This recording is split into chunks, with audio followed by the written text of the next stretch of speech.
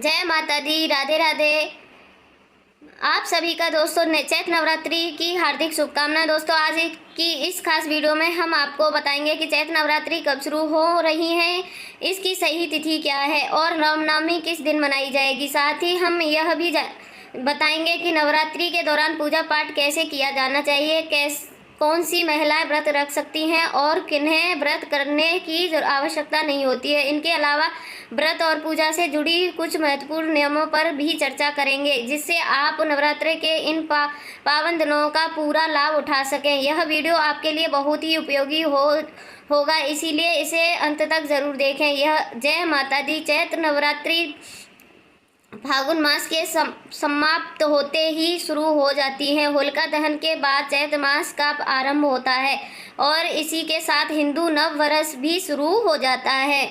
हिंदू पंचांग के अनुसार चैत्र नवरात्रि बहुत महत्वपूर्ण होती है, क्योंकि इसी समय देवी दुर्गा के 9 रूपों की पूजा की जाती है। घट स्थापना, कलश स्थापना किस दिन और किसी शुभ मुहूर्त में करनी चाहिए, अखंड ज्योत जलाने का सही तरीका क्या है, पूजा विधि और मंत्र कौन कौन से हैं, इन सभी महत्वपूर्ण विशेषों पर इस वीडियो में जानकारी दी जाएगी। नवरात्रि में माता रानी की आराधना करने से सभी दुख और कष्ट समाप्त हो जाते हैं। कुछ लोग पूरे 9 दिन तक व्रत रखते हैं, जबकि कुछ पहले और आखिरी दिन उपवास करते हैं। हर किसी की अपनी मान्यता होती है और हर उपवास का अपना अपना महत्व होता है। बहुत से लोग जानते होंगे कि एक साल में 4 नवरात्रे होते हैं, तो 2 गुप्त नवरात्र और 2 सार्वजनिक रूप से मनाए जाने वाली नवरात्रि चैत्र और शारदीय नवरात्रियों को विशेष रूप से मनाया जाता है, जबकि गुप्त नवरात्रि सड़ंग औल के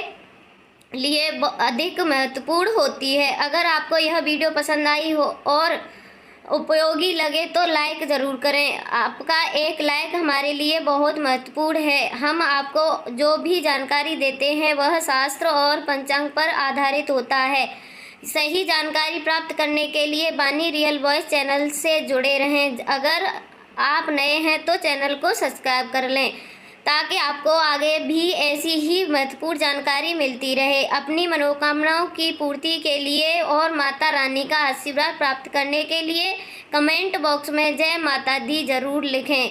दोस्तों आप जानते हैं कि नवरात्रि साल में 4 बार आती हैं। इनमें से 2 गुप्त नवरात्रे होते हैं और 2 प्रमुख नवरात्रे जिन्हें बड़े उल्लास से मनाया जाता है। चैत्र नवरात्रि नया संबंध हिंदू नववर्ष शुरू होने के बाद साथ ही आती हैं और बहुत शुभ मनाई जाती हैं। अब अश्विन नवरात्रि, जिसे शारदीय नवरात्रि भी कहा जाता है, दशहरे से पहले आती है और इसे बहुत धूमधाम से मनाया जाता है।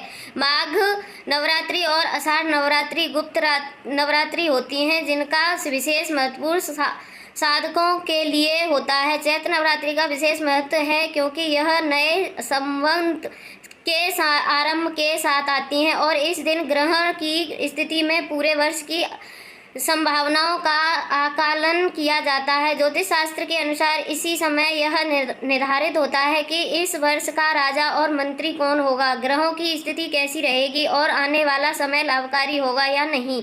लेकिन यह सिर्फ बातें नहीं, बल्कि पुराने और ज्योतिष शास्त्र गणनाओं में इन बातों का उल्लेख किया गया है। नवरात्रि में पहले दिन कलश स्थापना, अखंड ज्योत जलाना और खेती बोना, जवारे उगाना बहुत महत्वपूर्ण होता है। कलश स्थापना के लिए मिट्टी का पात्र या तांबे पीतल का घड़ा ले। खेती बन के लिए चिकनी मिट्टी या उपजाऊ मिट्टी में जो आसानी से उग सके।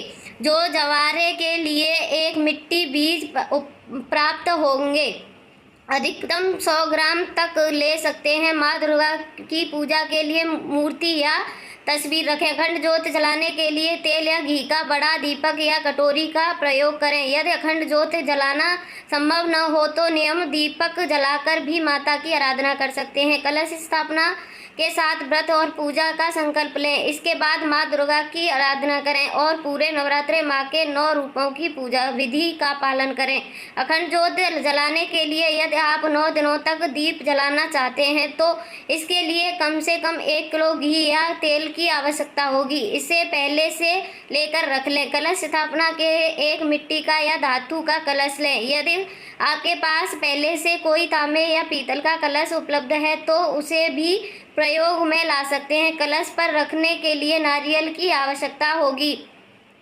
यदि आपके क्षेत्र में पानी वाला नारियल मिलता है तो उसे लेकर यदि वह उपलब्ध नहीं है तो सूखा नारियल भी इस्तेमाल किया जा सकता है। कलश को सजाने के लिए एक लाल वस्त्र या चुन्नी ले। कलश के अंदर हल्दी की गांठ, चांदी का सिक्का यदि उपलब्ध हो, सामान्य सिक्का, अक्षत, चावल, सुपारी और थोड़ी सी धूप वह डालें। यह सभी सामग्री शुभ मानी जाती हैं और माता लक्ष्मी की कृपा बनाए रखने के लिए उपयोगी होती हैं। कलश स्थापना के लिए लकड़ी की एक चौकी ले। चौकी पर बिछाने के लिए पीले या लाल रंग के वस्त्र रखें। माता के श्रृंगार के लिए सुहाग सामग्री जैसे चूड़ी, लिपस्टिक, बिंदी, कुमकुम और रोली जरूर रखें। पूजा सामग्री में रोली, मोली, इलायची, धूप, दीप और भोग के लिए मिठाई या फल रखें। यदि संभव ना हो तो ड्राई फ्रूट भी रख सकते हैं। अखंड ज्योत जलाने के लिए दीप, बाती और प्राप्त तेल या घी पहले से तैयार रखें। पूजा के लिए बैठने से पहले एक तांबे या पीतल का लोटा लें। पहले गंगाजल डालें और फिर उस जल से भर लें। अब पूजन विधि और बढ़ें। सबसे पहले पूजा स्थल पर शुद्धिकरण करें। पूर्व दिशा की ओर मुख करके बैठें और पूजा स्थल पर हल्का जल छिड़क ताकि स्थान शुद्ध हो जाए और सामग्री अपने पूरे के लिए इकट्ठा की है उसका भी शुद्धिकरण करें ताकि पूजा पूरी श्रद्धा और पवित्रता के साथ संपन्न हो सके। जहां पूजा करनी है वहां जल और पुष्प छिड़ककर शुद्धिकरण करना और मंत्रों का उच्चारण करना। इस प्रकार का पूजा स्थल में पवित्र कर लेंगे। जब स्थान और सामग्री शुद्ध हो जाए तो माता की चौकी लगाएं। चौकी पर सफ़ेद या पीला वस्त्र बिछाएं। यदि चौकी उपलब्ध नहीं तो जिस स्थान पर पूजा करने वाले हैं वहां उचित स्वास्थ्य के लिए वह सबसे पहले माता की तस्वीर या मूर्ति को वहां स्थापित करें। माता को विराजमान करने के लिए अक्षत लेकर उसका आसन बनाएं और फिर तस्वीर या प्रतिमा को रख दें। इसके बाद ज्वारे जौ में जिन्हें घंटे पहले पानी में भिगोकर निकालें। मिट्टी से पात्र को अच्छे से धोकर शुद्ध करें। उसमें रेत डालें और फिर जो डालने के बाद उसमें हल्की सी मिट्टी की परत डालें। माता की दाहिनी ओर इस पत्र को रखें। इसके ऊपर यदि चाहे तो कलश रख सकते हैं या फिर अलग से भी कलश स्थापित कर सकते हैं। यदि अलग से कलश स्थापित कर रहे हैं तो पहले इसके नीचे चावल या गेहूं रखें और फिर इसे कलश स्थापना करें। कलश और गंगाजल डालें और इसमें हल्दी की गांठ, साबुत हल्दी, रव का सिक्का या चांदी का सिक्का, कमल, अंडे यदि उपलब्ध हो, सुपारी और दूब घास डालें। सुपारी और सिक्का डालकर अवश्य बाकी सामग्री ना हो पर कोई भी समस्या नहीं। अब कलश को ढक दें और थोड़ी सी अक्षत डालें और फिर उसके ऊपर नारियल स्थापित करें। नारियल के ऊपर चुन्नी लपेटें या फिर चुन्नी ना हो तो कलावा बांध सकते हैं। नारियल को कलश के ऊपर इस प्रकार रखें कि इसका मुख आपकी ओर रहे। अब अखंड ज्योत जलाने की तैयारी करें। इसके लिए एक बड़ा दीपक लें, उसमें बत्ती लगाएं और किसी पात्र में रखकर घी भर दें। दिन ज्योत स्थापना करने के लिए उसके नीचे भी चावल रखें। चावल का आसन बनाकर उस पर ज्योत रखें। यह ज्योत न दिनों तक निरंतर जलती रहेगी चाहिए, इसीलिए इसे सुरक्षित स्थान पर रखें। अब भगवान गणेश की प्रतिमा स्थापित करें। इस प्रकार पूजा की संपूर्ण आवश्यकता प्रक्रिया पूरी हो गई है और आप माता रानी की आराधना के लिए पूरी तरह तैयार हैं। अब हम पूजन आरंभ करेंगे। सबसे पहले संकल्प लिया जाएगा। संकल्प से पहले जल से शुद्धिकरण किया जाएगा। आप आसन पर बैठें, अपने हाथ पृथ्वी पर लगाएं और माता पृथ्वी से प्रार्थना करें। मंत्र उच्चारण करें। ए पृथ्वी दयाता लोक देवी विष्णुनाथ तव महादेव पावत्र गुरु आसनम आदि आप जानता। इस पूजा को पति पत्नी दोनों भी कर सकते हैं। जल के सामग्री के साथ दीपक ज्वालित करें। यदि संभव हो तो अखंड ज्योत जलाएं। नवरात्रि में अखंड ज्योत का विशेष महत्व होता है। यदि आप पूजा या व्रत भी करें लेकिन माता के 9 दिनों तक अखंड ज्योत जलाते हैं तो आपकी मनोकामना पूरी हो सकती है और माता का आशीर्वाद प्राप्त हो सकता है। अब व्रत का संकल्प लिया जाएगा। संकल्प के लिए सीधे हाथ में जल, अक्षत और 1 का सिक्का लें। 3 बार ओम श्री विष्णुवे बोलकर फिर आप नाम, गोत्र, जिस स्थान पर बैठकर संकल्प कर रहे हैं और उसका पता, घर का नंबर, क्षेत्र, शहर और तिथि, चैत्र मास शुक्ल पक्ष का उल्लेख करें। संकल्प में यह बोलें कि आप चैत्र नवरात्रि स्थापना अखंड ज्योत स्थापना व्रत पूजन कर रहे हैं और इसमें माता के चरणों में अर्पित कर दें। संकल्प में जो भी पूजा कर रहे हैं इसका स्पष्ट वर्णन करें। संकल्प एक महत्वपूर्ण प्रक्रिया है, इसके बिना पूजा का पूर्ण फल नहीं मिलता है। वर्णन करें। संकल्प एक महत्वपूर्ण प्रक्रिया है, इसके बिना पूजा का पूर्ण फल नहीं मिलता है। यह वैसे ही है जैसे बैंक खाते में पैसे तभी जोड़ते हैं जब आप सही प्रक्रिया अपनाते हैं। संकल्प यह सुनिश्चित करें कि आप कौन हैं, कहाँ बैठे हैं, किस गोत्र से हैं और किस उद्देश्य से पूजा कर रहे हैं। संकल्प पूरा होने के बाद अब पूजन आरंभ किया जाएगा। सबसे पहले गणेश जी का पूजन होगा। गणेश जी का आह्वान करें और बोलें जय गणेश जी महाराज की जय। इसके बाद गणेश जी की पूजा करें। गणेश जी को आसन अर्पित करें। आपके लिए अक्षत चढ़ाई और जल प्राप्त करें। गणेश जी के सामने एक कटोरी रख दें और वहां एक पत्ते पर जल अर्पित करें। इसके बाद गणेश जी को रोली और कुमकुम के तिलक लगाएं, धूप लगाएं और फूलों की माला अर्पित करें। गणेश जी को लड्डू अत्यंत प्रिय हैं, इसके लिए उन्हें लड्डू का भोग अवश्य लगाएं। किस प्रकार गणेश जी की पूजा संपन्न होगी? इसके बाद माता का पूजन और पाठ करना। पूर्ण श्रद्धा भाव से नवरात्रि का व्रत महिलाएं रखती हैं, लेकिन पुरुष भी व्रत रख सकते हैं। नवरात्रि के व्रत में फलाहार किया जाता है। कुछ लोग निर्जला व्रत भी रखते हैं, या आपकी श्रद्धा पर निर्भर है। व्रत के दौरान सात्विकता का पालन करना आवश्यक है। व्रत के दिनों में ब्रह्मचर्य का पालन करें, किसी को कष्ट ना दें और जितना संभव हो सके दान करें। नवरात्रि में दान का विशेष महत्व होता है। इन 9 दिनों में दौरान घर में किसी भी प्रकार का लड़ाई झगड़ा या कलेश नहीं होना चाहिए। सुबह और शाम माता की आरती अवश्य करें। आरती के लिए कपूर जलाएं और दीपक प्रज्वलित करें। प्रसाद के रूप में मिठाई या लड्डू अर्पित करें।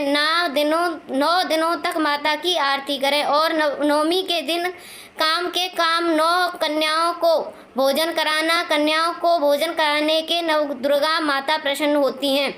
भोजन के बाद 9 कन्याओं को दक्षिणा दें और उन्हें लाल चुन्नी भेंट कर दें। उसके चरण स्पर्श करें, आशीर्वाद लें। इनके बाद जो कलश आपने स्थापित किया था उसे किसी पवित्र नदी में विराजित करें। इसी के साथ माता की मूर्ति को भी विराजित करें। उनको घर में नहीं रखना चाहिए, इसीलिए मूर्ति को पवित्र नदी में जाकर कलश के साथ